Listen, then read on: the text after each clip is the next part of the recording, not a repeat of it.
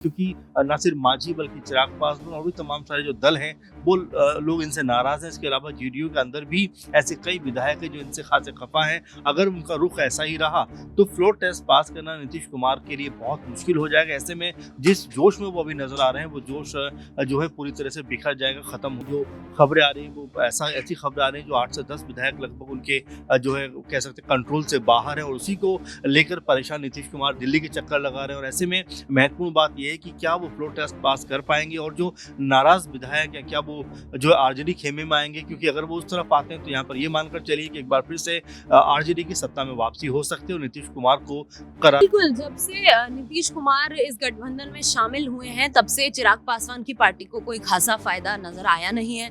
उनकी और सीटें कम हो गई हैं, तो वहीं चिराग पासवान को अपनी सीटों का बंटवारा और अपना ही नुकसान देखकर शुरुआत से ही नीतीश कुमार से कुछ नाराजगी नजर आ रही थी। तब से उनके बयान ललन सिंह इस पूरे मामले में उस तरीके से जो है आगे नजर नहीं आ रहे थे, क्योंकि वो पार्टी के जो है पूर्व अध्यक्ष हैं, तो जाहिर सी बात है कि उनकी एक बड़ी भूमिका बनती है। हालांकि नीतीश कुमार ने किस वजह से और जो है किस लिए उनसे अध्यक्ष पद छीना था ये सब बखूबी जानते हैं। कैसे अध्यक्ष पद छीनने के तुरंत बाद जो है वो सत्ता बदल देते हैं। तो ये पूरा का पूरा स्क्रिप्टेड मामला था, क्योंकि नीतीश कुमार ये जानते थे कि अगर दूसरे के हाथ में भगडोर रहेगी, पार्टी के अध्यक्ष वो रहेंगे, तो जाहिर सी बात है कि विधायकों को तोड़ने का मामला उनके हाथ में चला जाएगा और वो हो सकता है कि इनके मुख्यमंत्री बनने के बावजूद भी। नमस्कार, नेक्स्ट 9 न्यूज देख रहे हैं आप और मैं हूं आपके साथ प्रज्ञा सिंह। स्वागत है आप सभी का मेरे खास प्रोग्राम सियासी पंचनामा में। बिहार में नीतीश कुमार की मुश्किलें अब बढ़ाते हुए नजर आ रही हैं उन्हीं के पार्टी के नेता। जिस तरह से अब बयान जो है वो यहाँ पर देते हुए नजर आ रहे हैं नीतीश कुमार प्रधानमंत्री नरेंद्र मोदी के साथ हुई मुलाकात के बाद, उनके बयानों में वो बौखलाहट, वो डर साफ तौर पर झलक रहा है कि अगर फ्लोर टेस्ट में उन्हीं के विधायकों ने कोई बड़ा खेल कर दिया तो बनी बनाई सरकार गिर जाएगी और ऐसे में एनडीए से तो बाहर होंगे ही नीतीश कुमार, कहीं ना कहीं बिहार की सत्ता से भी बाहर होते हुए नजर आ सकते हैं। और ये भविष्यवाणी करते हुए पहले ही नजर आ चुके हैं तेजस्वी यादव।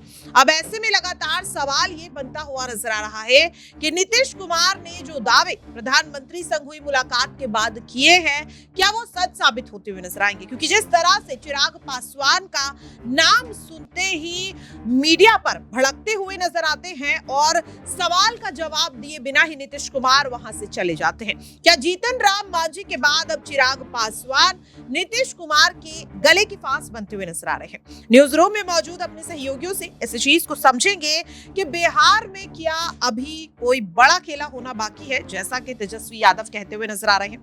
यहाँ पर मेरे साथ अमन जी हैं। अमन जी, प्रधानमंत्री के साथ मुलाकात होती है नीतीश कुमार की, सीट शेयरिंग को कुछ नहीं लेकर वो बोलते हुए नजर आते हैं, पर ये कहते हैं कि जो इधर उधर हम गए थे इस समय में अब यही रहेंगे। भरोसा किया जा सकता है?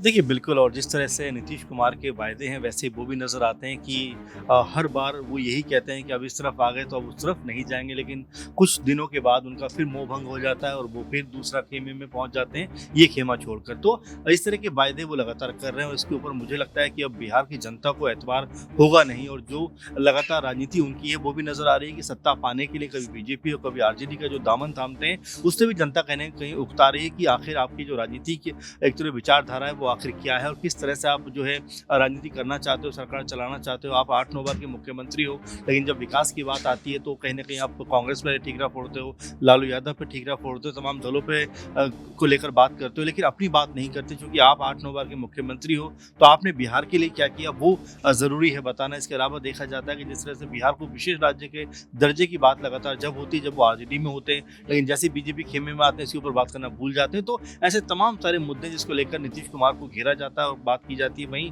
अब जिस तरह से बीजेपी के साथ वो आए हैं और लगातार ये जो माहौल बना हुआ है कि क्या फ्लोर टेस्ट को जो नीतीश सरकार है वो पास कर पाएगी, क्या नीतीश कुमार जो है इस आजमाइश को भी पार कर पाएंगे, ये अपने आप में बहुत ज़्यादा इस समय चर्चाओं में है। क्योंकि न सिर्फ मांझी बल्कि चिराग पासवान और भी तमाम सारे जो दल हैं वो लोग इनसे नाराज हैं। इसके अलावा जेडीयू के अंदर भी ऐसे कई विधायक हैं जो इनसे खासे खफा हैं। अगर उनका रुख ऐसा ही रहा तो फ्लोर टेस्ट पास करना नीतीश कुमार के लिए बहुत मुश्किल हो हो जाएगा। ऐसे में जिस जोश में वो अभी नजर आ रहे हैं वो जोश जो है पूरी तरह से बिखर जाएगा, खत्म हो जाएगा। तो आने वाले दिनों के लिए नीतीश कुमार के ऊपर बहुत ज्यादा प्रेशर है किस तरह से वो इन चीजों को हैंडल करेंगे। और देखिए अब वो दिल्ली भी पहुंचे हैं, पीएम मोदी से मुलाकात उनकी हुई है, तो ये समझ में आ रहा है कि पूरी तरह से बिहार में जो पकड़ होनी चाहिए थी वो उनकी ग्रिप उतनी मजबूत नजर नहीं आती है। और कहीं ना कहीं इसीलिए वो परेशान भी हैं। सम्राट चौधरी यहाँ से वहाँ होते हुए नजर आते हैं, कभी उनकी पार्टी का कोई विधायक बयान देता हुआ नजर आता है, जिससे ये लगता है कि आने वाले दिन नीतीश कुमार के लिए बहुत मुश्किल होने वाले हैं। अच्छा अमन जी, यहाँ पर देखा जा रहा है कि नीतीश कुमार दावा कर रहे हैं कि पार्टी में कोई टूट नहीं है, लेकिन अब खबर सामने आ रही है कि पार्टी के जो 17 विधायक हैं वो गायब हैं। दावा किया जा रहा है यहाँ पर तेजस्वी यादव की पत्नी राजश्री की तरफ से।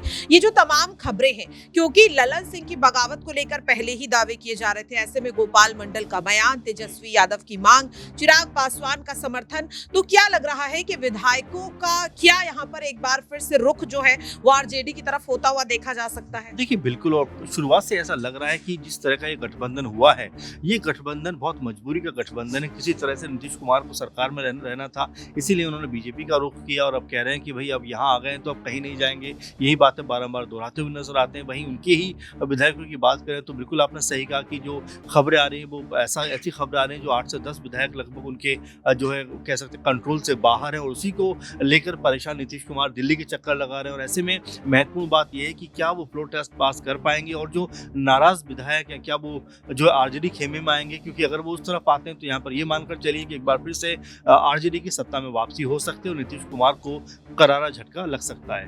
वाकई में देखिए, और अब सवाल लगातार ये बनता हुआ नजर आ रहा है कि जिस तरीके के बयान चिराग पासवान दे रहे हैं, क्या वाकई में नीतीश कुमार की मुश्किलें वो बढ़ाने का काम करते नजर आएंगे?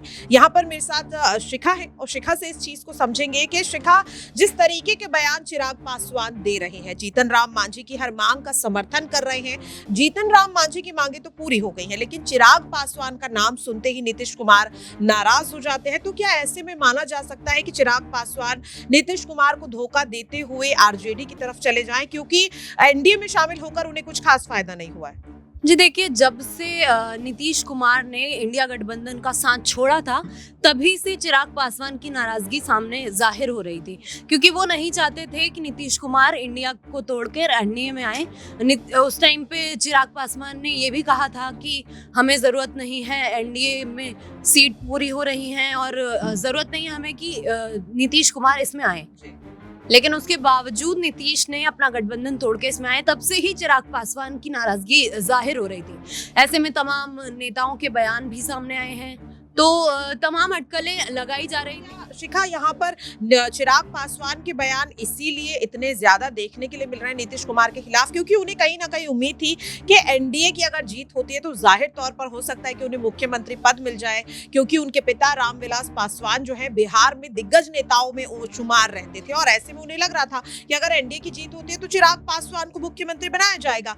लेकिन नीतीश कुमार ने कहीं ना कहीं आकर उनके उस सपने को तोड़ दिया है, और इसीलिए वो लगातार नीतीश कुमार के खिलाफ बयान दे रहे हैं। जी बिल्कुल, जब से नीतीश कुमार इस गठबंधन में शामिल हुए हैं, तब से चिराग पासवान की पार्टी को कोई खासा फायदा नजर आया नहीं है। उनकी और सीटें कम हो गई हैं, तो वहीं चिराग पासवान को अपनी सीटों का बंटवारा और अपना ही नुकसान देखकर शुरुआत से ही नीतीश कुमार से कुछ नाराजगी नजर आ रही थी। तब से उनके बयान सामने आ रहे थे। वाकई में देखिए, चिराग पासवान तो जो बयान दे रहे हैं सो दे रहे हैं, लेकिन इस बीच आपको बता दें कि जो लालू परिवार है वो एक बड़ी मुश्किल में फंसता हुआ नजर आ रहा है। जहां एक और तेजस्वी दावा कर रहे हैं कि बिहार में अभी खेला होना बाकी है, लेकिन आपको बता दें कि आज राउज एवेन्यू कोर्ट में पेशी राबड़ी देवी लालू यादव की है। राउज एवेन्यू कोर्ट में पेश होने के लिए दिल्ली वो थोड़ी देर में पहुंचने वाले हैं। ऐसे में जो तमाम दावे किए जा रहे हैं फ्लोर टेस्ट को लेकर, उनमें क्या वो सच साबित कर पाएंगे तेजस्वी यादव? यहाँ पर मेरे साथ अबरार है, और अबरार से इस चीज को समझेंगे कि अबरार, ये जो पूरा मामला है जमीन के बदले नौकरी से जुड़े घोटाले का मामला, इसमें लगभग पूरा ही यादव परिवार जो है यहाँ पर फंसता हुआ नजर आ रहा है। माफ कीजिए, यहाँ पर लालू यादव का जो परिवार है वो फंसता हुआ नजर आ रहा है। ऐसे में राजश्री की भी चर्चा जोरों शोरों से हो रही है, तो क्या लग रहा है कि आरजेडी की कमान यहाँ पर राजश्री संभालती हुई नजर आ सकती है, जिस तरीके के बयान वो दे रही है? बिल्कुल संभाल सकती है। जब राबड़ी देवी अनपढ़ होकर के बिहार की मुख्यमंत्री बन सकती है तो खैर पढ़ी लिखी है, तो उन्हें तो प्रधानमंत्री भी लालू प्रसाद यादव बनाना चाहेंगे। तो मुझे लगता है कि बिहार की राजनीति में इस तरीके की राजनीति तो होती चली आई है। और अब जिस ढंग से, जहाँ तक ये तो एक राजनीतिक तौर पर ये बात हो गई, लेकिन दूसरी तौर पर अगर देखें हम इस मुद्दे को, तो बीजेपी जानबूझ करके, ठीक है विपक्ष में कमी है, विपक्ष ने घोटाले भी किए होंगे, इस बात से कोई इनकार नहीं कर सकता, लेकिन जो आपकी एक तरीके से दिलचस्पी और इस पूरे मामले पर ईडी को भेजने की जो फुर्ती नजर आती है, ये बताता है कि ये आप उस जो है पूरे मुद्दे को लेकर के कार्रवाई करने के दृष्टिकोण से नहीं कर रहे हैं, बल्कि आप 2024 के चुनाव में विपक्ष को कहीं ना कहीं कमजोर करना, एक किनारे लगाना, एक डर का और भय का माहौल पैदा करना, दरअसल इस नज़रिए से कर रहे हैं। और यही चीज़ पूरे बिहार में इस वक्त जो है आरजेडी के कई नेताओं के साथ हो रहा है, कांग्रेस के नेताओं के साथ हो रहा है, और दूसरे राज्यों में भी कई लीडरों के साथ किया जा रहा है। तो मुझे लगता है कि ये भारतीय जनता पार्टी जो राजनीति का एक स्टेटस सेट कर रही है, ये दरअसल उन्हीं को भारी पड़ने वाला है, क्योंकि सत्ता बदलती है। सत्ता बदलने के बाद फिर इस तरीके का ही इस्तेमाल इन्हीं एजेंसियों के द्वारा उनके नेताओं के खिलाफ और उनके खिलाफ भी किया जाएगा, क्योंकि जब भी सत्ता बदलती है इस तरीके का खेल हम कई बार देखते हैं। जैसे बिहार में हुआ, नीतीश कुमार ने सत्ता बदली और सुबह सुबह तेजस्वी और लालू प्रसाद यादव को ईडी दफ्तर जाना पड़ गया।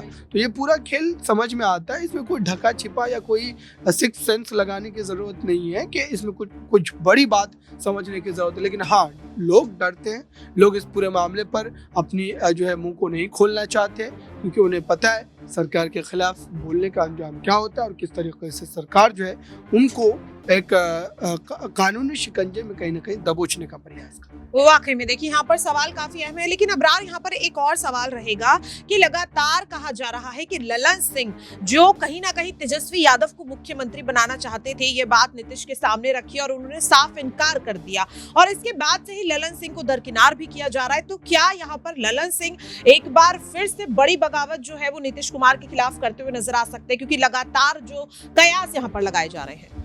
देखिए, बिल्कुल कयास इसलिए भी लगाए जा रहे हैं क्योंकि ललन सिंह इस पूरे मामले में उस तरीके से जो है आगे नजर नहीं आ रहे थे, क्योंकि वो पार्टी के जो है पूर्व अध्यक्ष हैं, तो जाहिर सी बात है कि उनकी एक बड़ी भूमिका बनती है। हालांकि नीतीश कुमार ने किस वजह से और जो है किस लिए उनसे अध्यक्ष पद छीना था, ये सब बखूबी जानते हैं। कैसे अध्यक्ष पद छीनने के तुरंत बाद जो है वो सत्ता बदल देते हैं। तो ये पूरा का पूरा स्क्रिप्टेड मामला था, क्योंकि नीतीश कुमार ये जानते थे कि अगर दूसरे के हाथ में भगडोर रहेगी, पार्टी अध्यक्ष वो रहेंगे, तो जाहिर सी बात है कि विधायकों को तोड़ने का मामला उनके हाथ में चला जाएगा, और वो हो सकता है कि इनके मुख्यमंत्री बनने के बावजूद भी पार्टी में टूट करवा दे। तो अब जहाँ तक ये चर्चा चल रही है कि लालू यादव के साथ जाएंगे, तेजस्वी यादव के साथ जाएंगे, बिल्कुल जो है ये चर्चा जो है आप कह सकते हैं कि उन्हीं तमाम बातों के बिना पर किया जा रहा है। मुझे लगता है कि इस पे उतना ज़्यादा शंका की ज़रूरत नहीं है। नीतीश कुमार के खिलाफ कई बार उनके जो है करीबी लोगों ने बगावत की है, और खुद नीतीश कुमार ने अपने करीबियों के साथ बगावत की है। तो ये नीतीश कुमार का जो चोली दामन का साथ है, ये चलता रहता है बगावत करना इस तरीके से।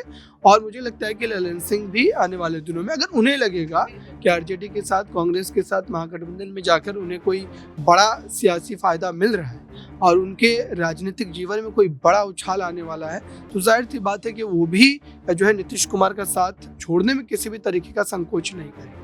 वाकई में देखिए, लगातार सवाल बनते हुए नजर आ रहे हैं। जिस तरीके से फ्लोर टेस्ट की तारीख नजदीक आ रही है, जो कयासों का बाजार है बिहार में, वो लगातार गर्माता हुआ नजर आ रहा है। अब ऐसे में देखना काफी ज्यादा अहम रहेगा कि आखिरकार फ्लोर टेस्ट में किसकी जीत होती हुई नजर आएगी, नीतीश कुमार के वादों की या फिर तेजस्वी यादव के दावों की। देखना काफी ज्यादा अहम रहेगा। लेकिन फिलहाल के लिए मेरे खास प्रोग्राम सियासी पंचनामा में आज के लिए इतना ही। देश और दुनिया की तमाम खबरों के लिए आप बने रहिए नेक्स्ट 9 न्यूज के साथ।